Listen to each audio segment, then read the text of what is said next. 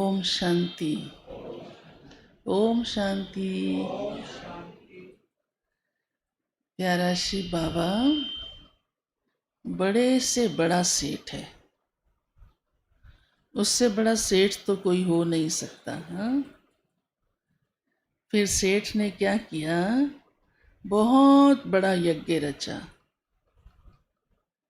इतना बड़ा यज्ञ रचा जिसमें सारी दुनिया की आहुति आ जाए और स्वर्ग बन जाए। फिर उसके निमित्त किसको बनाया, क्योंकि जब यज्ञ रचते हैं तो ब्राह्मण चाहिए। तो फिर ब्रह्मा को और ब्रह्मा के द्वारा मुख वंशावली संतान हम सब ब्राह्मणों को निमित्त बनाता है। इसलिए हम इतने बड़े यज्ञ के लिए निमित्त आत्माएं इसकी रक्षक है। आप समझते हैं, आप सब इसके रक्षक हैं। हाँ, तो रक्षक को तो बड़ा ध्यान देना पड़ता है ना। तो बाबा कहते हैं फिर मेरे को भी, क्योंकि आप इतने बड़े यज्ञ के निमित्त बनते हो, तो मेरे को भी आप सबको दक्षिणा देनी पड़ती है। देखो कितना अच्छा रहस्य है ना। तो निमित्त बनते हो, इसलिए मैं तुम्हें सबसे पहले तो राजयोगी, राज ऋषि का टाइटल देता हूँ। तो आप सभी कौन आत्माएं हैं, यज्ञ की रक्षक, राज ऋषि, राज योगी। फिर बाबा कहते दक्षिणा मैं कौन सी देता हूँ आपको, सत्युग की बादशाही। इससे बड़ी तो दक्षिणा भी कोई नहीं हो सकती। बड़े से बड़े महात्मा महामंडलेश्वर को भी दक्षिणा देंगे तो कहेंगे अच्छा ठीक है, कुछ लाख, चलो करोड़। हाँ, इतना भी नहीं करते वैसे तो, चलो दे भी सही कुछ। हाँ, मकान दुकान शहर गांव। हाँ, पर बाबा तो हमको सीधा ही स्वर्ग की बादशाही की दक्षिणा हमारे हाथ में दे देता है। फिर इसलिए बाबा ने कहा है कि अब तुम ट्रस्टी बनकर चलो।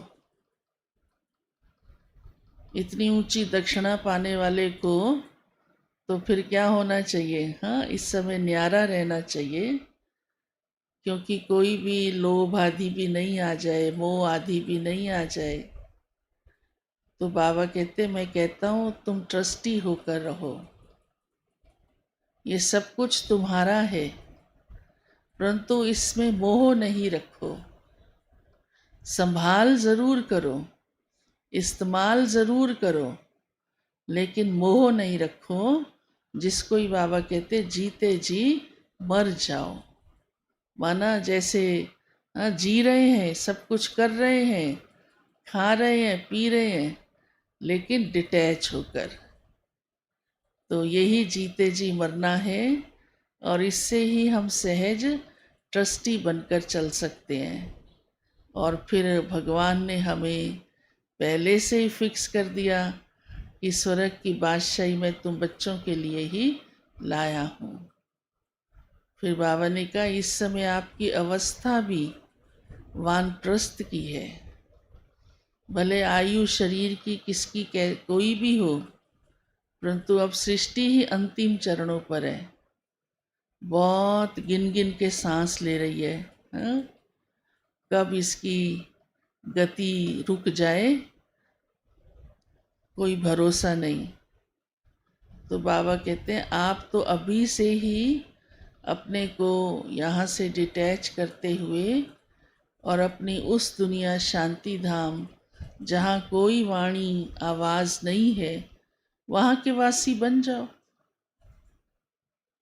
तो अभी से ही हम अपने को वहाँ के वासी अनुभव करेंगे, तो यहाँ दुनिया की हलचल हमें हैरान नहीं करेगी। हमारा तो घर वहाँ बना हुआ इतना अच्छा। हाँ? आजकल फैशन भी है ना, शहरों में मुसीबत आए तो गांव में चले जाओ अपने घर में। हाँ, गांव में मुसीबत आए तो शहर में चले आओ अपने घर में। लोग इसलिए दो घर बना के रखना शुरू कर देते हैं।